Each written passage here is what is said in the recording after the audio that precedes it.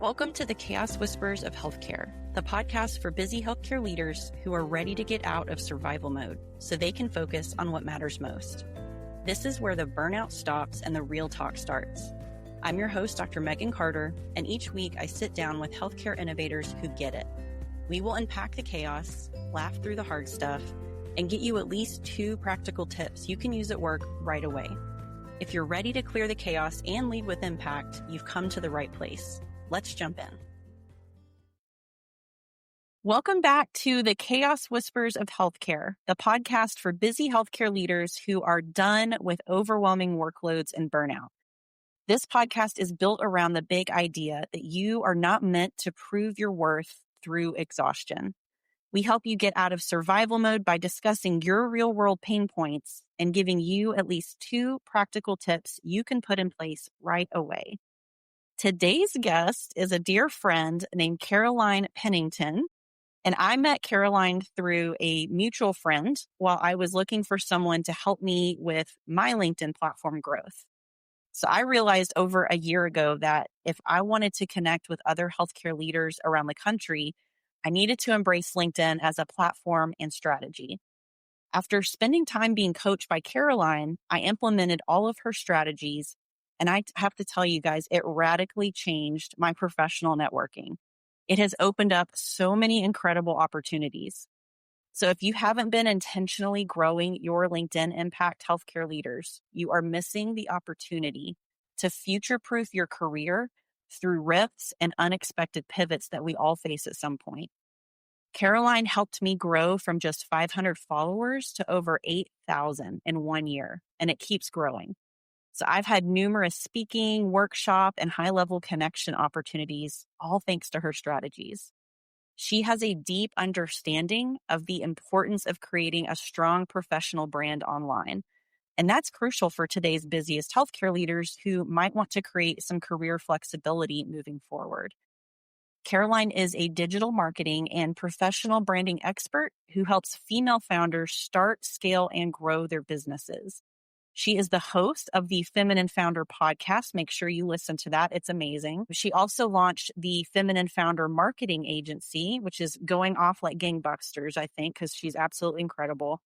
She is one of the most empowering and supportive entrepreneurs I've had the honor of meeting. And I'm so excited for you to hear from her today. So welcome to the show, Caroline. Thank you so much for having me. Yes. So let's start with how you pivoted, because you used to be a healthcare leader recruitment expert. So how did you pivot from that path and then decide to become an innovator and entrepreneur? Yeah, so little background on me. If you're listening to this and you're in healthcare, whether or not you're in administration or on the clinical side, I used to be a headhunter, a recruiter, and I recruited at the highest level of the C-suite. I recruited all levels through my career. But the reality is whether or not you work for a corporate hospital or a private practice, the recruiters that can find you your next job, they're hanging out on LinkedIn. So you want to make sure you have an executive presence, a professional presence, and you are the one getting those messages for the next job opportunities rather than you having to do all the outbound support or outbound applying to jobs. Like you can actually pivot and create a LinkedIn profile that's magnetic that will attract opportunities to you. Tell us about pivoting from that specific role and choosing to go out on your own and start your own marketing business. Yeah, so I spent the past 15 years in the recruiting, the headhunting space. And 2 years ago, I decided I wanted to start my personal branding journey. I did that while I was in a corporate job. So it was very visible, very scary, but I decided to do it anyways. And I decided to start posting on LinkedIn 5 days a week, Monday through Friday. And what happened is literally everything exploded. At the time, I wanted to be the go-to recruiter and headhunter in the C-suite space. So if you're listening to this podcast and you're like, well, I'm going through a pivot or making changes or whatever, that's okay. I've literally pivoted 3 times and it's not a big deal.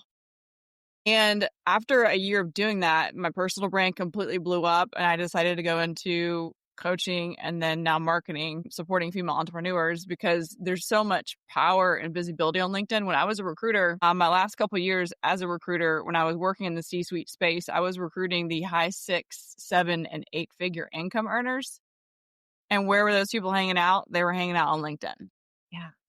Yeah. It's amazing all the different social media platforms we have to choose from. And so some people ask me, well, why aren't you promoting your business on Instagram or X or, wherever else? And it's because my target client, my peer group, my entire profession is primarily on LinkedIn. So I think that's important for people to remember when they're considering that. Tell us about, because we're the Chaos Whispers on this podcast. So maybe tell us about your most chaotic moment in leadership. Ooh, I've had plenty. Yeah. Hard for people to pick just one. Yeah. And I used to work, as a headhunter recruiter, it sounded great, like at cocktail parties, that I was placing people in these big jobs and everything. But like the reality is that you deal with a person, and that person has emotions and a spouse or partner and children, most likely, and relocations. And it's like a whole thing. So I would just say, in general, working with people and figuring out how to do that and do it in a way that you can get your job done and be professional has been been a work in progress Yeah. throughout my professional journey. Yeah. I love that. I can't imagine. Yeah, there's nothing more important. And we learned this. This is true of any industry, but in healthcare leadership, you don't mess with two things: people's pay or their schedule. You always, so anytime you're dealing with someone's pay, their job opportunities, that's extremely high stakes, because you're right, it is their whole life. And so that's interesting. Thank you for sharing that. Let's maybe talk a bit more about professional branding. So I think it's important to acknowledge that most healthcare leaders probably haven't spent time thinking about their professional brand, because they might not believe it applies to them, right? It's a common misconception.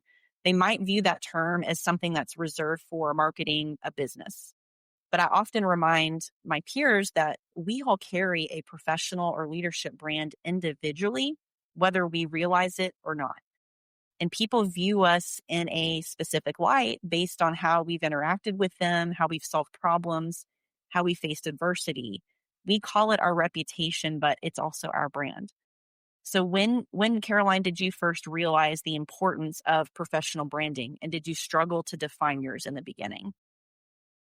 Yeah, so the reality is it's 2025 and we're all online. And I don't care what platform you're on, Facebook, X, LinkedIn, like everyone is online. And so when people meet you at a cocktail party or in a job interview or whatever, they're going to go online and do their due diligence for you.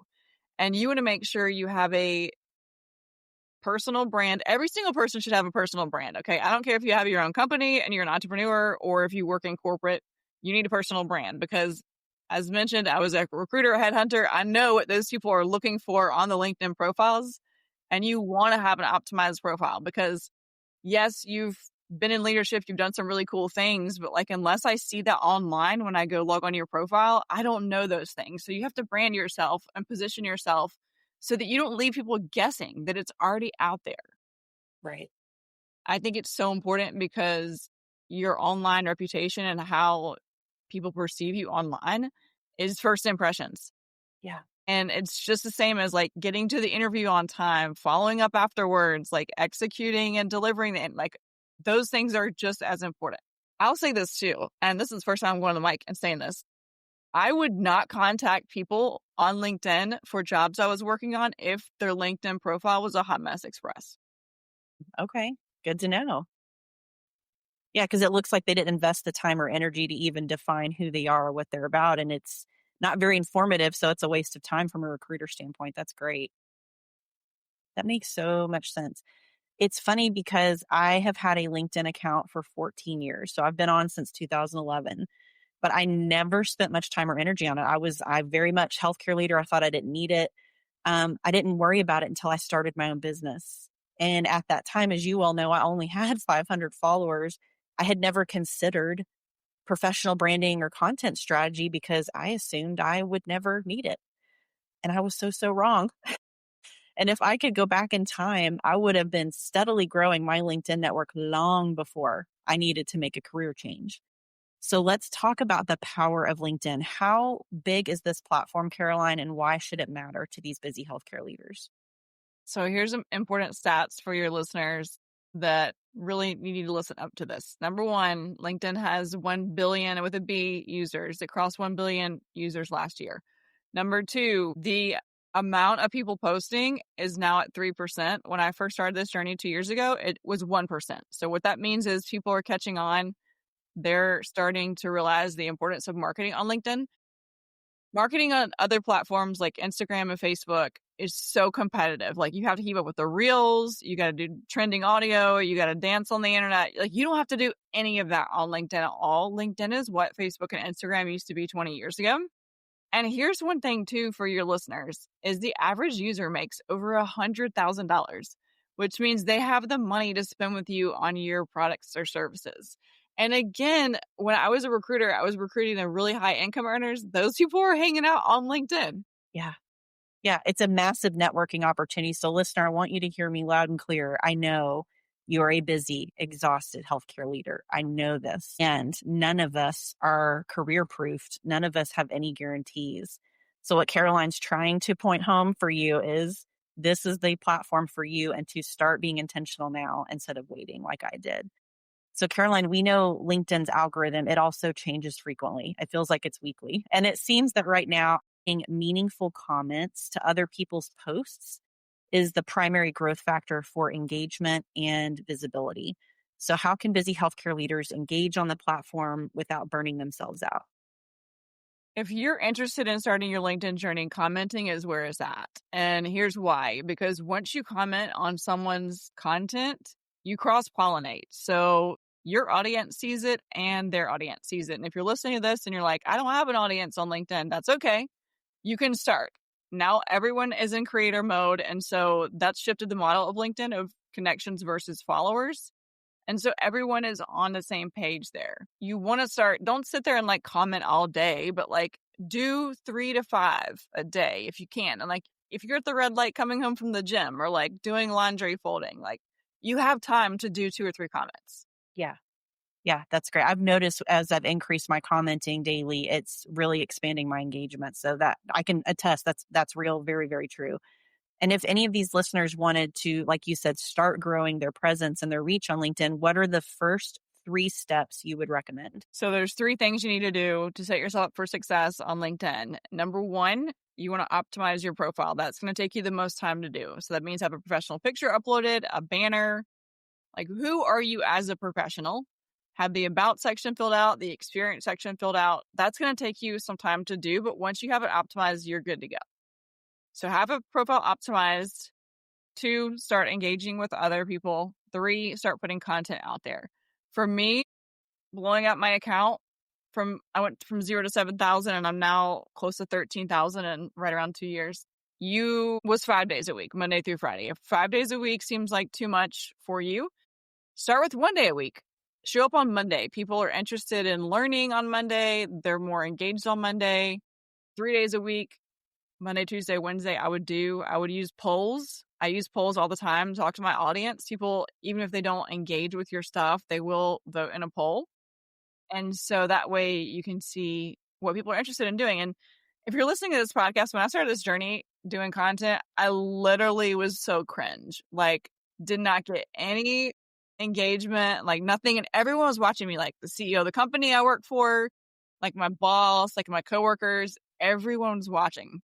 But once some stuff started working, I just doubled down and started doing content like that. And it's a process, just like anything else. Like, it's like a snowball, it will build. But once you get going, it'll go fast. So give yourself 3 months, at least 3 months, preferably 6 months to start growing your LinkedIn account.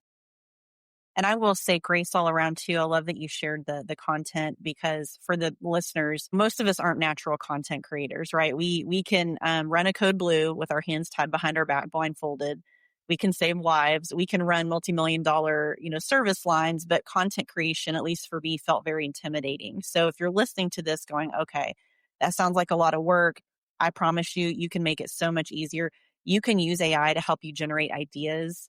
Once you figure out what your brand is what are your values? Is it respect, integrity, compassion, whatever that is?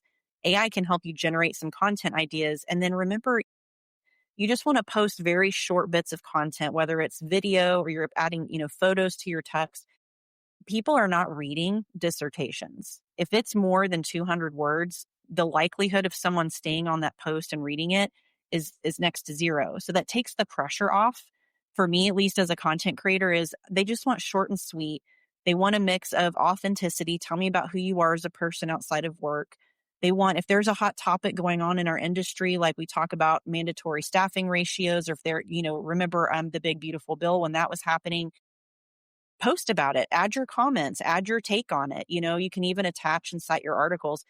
You can only spend so much time at work and on LinkedIn. You can divide your time in a really smart, intelligent, intentional way. So if you have any issues or you're interested in that, Caroline is a go-to expert, and I'm always happy to help support you guys as well.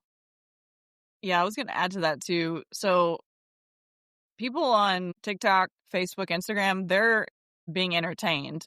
People on LinkedIn, they want to learn. So whatever you're an expert in, start talking about thought leadership. And even if you think this sounds dumb or silly or is something that maybe you consider mundane, most other people don't think that. So just still post about it. Yeah, absolutely. That's a great point. Since we are all about working smarter, not harder here on this podcast, Caroline, are there any other Chaos Whisper LinkedIn tips you might want to share? Schedule your content. That will make your life so much easier. Once I started doing that, there's nothing worse than looking at your screen, your computer, or your telephone and like sitting there thinking like, okay, I have to post today, but I don't know what I'm going to say. So whenever you're feeling creative, maybe it's 30 minutes, maybe it's an hour, just put your content and what you're going to say in a Microsoft Word document and then schedule it out on your LinkedIn profile. So that way, when you're at work or maybe you got kids to drop off or a sick parent or whatever, life fill in the blank, you're not pressured to have to post content. It's already scheduled out there for you. Yeah. So my habit for the listeners is every Thursday, I generate my content for the upcoming week or two. And when she says schedule it, there's a little clock icon at the bottom right when you're creating your content, you're creating a post on LinkedIn. And so I schedule it to release daily for the next week or two. So all I'm doing the following week is just reacting to people's content, commenting, or I'm responding to people on my content. I spend about an hour or two on Thursday mornings creating content, and then I schedule it out. So I'm not in there every day trying to come up with something new. So that's a brilliant insider tip. Thanks for sharing that, Caroline. So we know strategy and intention are so important, and work is one part of our lives, but it's not our whole life. We're also human beings with a need to find levity and joy in our lives. So where are you, Caroline, going to get laughter in your life right now? Well, I have a podcast and I have two wine runners named Zena and Zara, and I call them my podcast managers. And literally, like out in the wild at the gym, people ask me about my podcast managers. I love it. I love it. The vet, they like know that the two podcast managers are like internet famous, and so they like treat them so funny. That is hysterical. And I've seen pictures of them, y'all. Her podcast managers are pretty amazing. So if you've not seen them, you need to come check them out. So cute. And dogs are hysterical. They do the dumbest things. Cats have pride and egos. Dogs do not care. There is no sense of responsibility with their body movements or their choices. So I'm sure it gets chaotic and hilarious at your house. That is so great. I love that. Awesome. Well, if our listeners want to connect with you further, if they're interested in really starting their LinkedIn journey, where can they find you, Caroline? You can find me on LinkedIn, or you can find me on my website, which is femininefounder.com. And if you send me a DM, it's going to be me. I'll answer it. Yeah, love it. She really does, you guys. Even with the volume she has coming in, she will make time for that. So Caroline, thank you again for taking the time to share your brilliant strategies with us today. I know I will be forever grateful for all that you've taught me and the amazing leaders you've connected me with. I could never repay that. So each of Caroline's strategies and tips are going to be found in the show notes, you guys. Thank you so much for listening. And until next time, Chaos Whispers, we'll see you soon. Thanks for joining us on the Chaos Whispers of Healthcare. If today's episode resonated with you, please be sure to follow this podcast, rate, and leave a review on your favorite platform. I'm Dr. Megan Carter, and I will be back next week with more real talk, fresh strategies, and guests who are redefining what it means to lead with impact. Want to keep the conversation going? Be sure to connect with me on LinkedIn and download free tools and resources from my website. Both links are in the show notes. Let's heal this broken healthcare system together, one day at a time.